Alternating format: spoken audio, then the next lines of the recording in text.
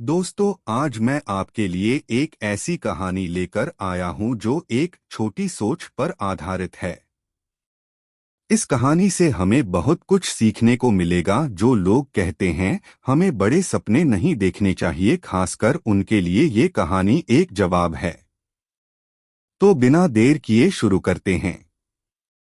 एक छोटा सा गांव था। वहां पर हरिलाल नाम का एक युवक रहता था। वो बहुत गरीब परिवार से था। गरीबी की हालत यह थी कि उसके घर में 2 वक्त का खाना भी ठीक से नहीं बन पाता था।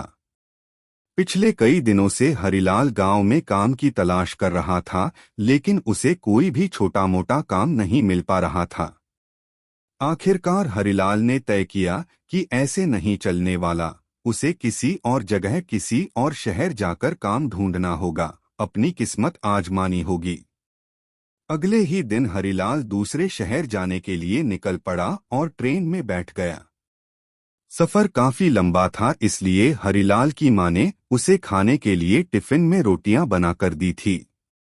सब्जी बनाने के लिए ना घर में कोई सामान था, नहीं जेब में पैसे, इसलिए उन्होंने सिर्फ उसे रोटियां ही दी थी।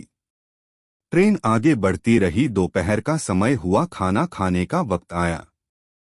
हरिलाल ने अपना टिफिन खोला और वह रोटियों को कुछ इस तरह से खाने लगा कि उसके आसपास के सभी लोग उसे देखने लगे।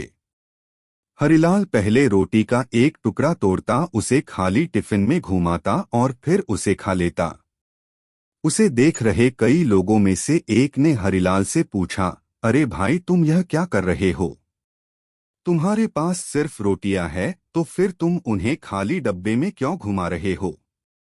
हरिलाल ने कहा कि हाँ, मेरे टिफिन में सिर्फ रोटियां हैं, लेकिन इस रोटी के टुकड़े को खाली डब्बे में घुमाते वक्त भैया इमेजिन करता हूं कि इसमें अचार भी है।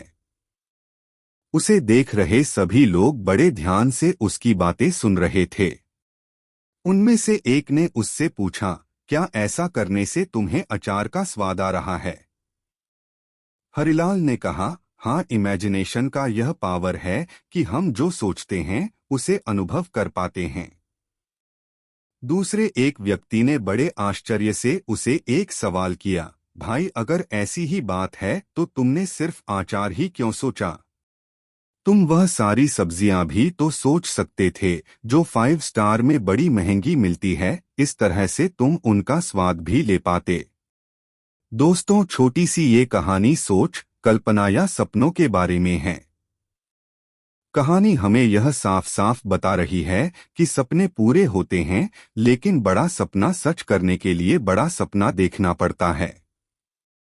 बड़ी मंजिल तक पहुंचने के लिए पहले उस मंजिल के बारे में सोचना पड़ता है। छोटा सा लक्ष्य कभी हमें बड़ा रिजल्ट नहीं दे सकता, इसीलिए हमेशा बड़ा सोचो। सपने देखने हैं तो भव्य देखो।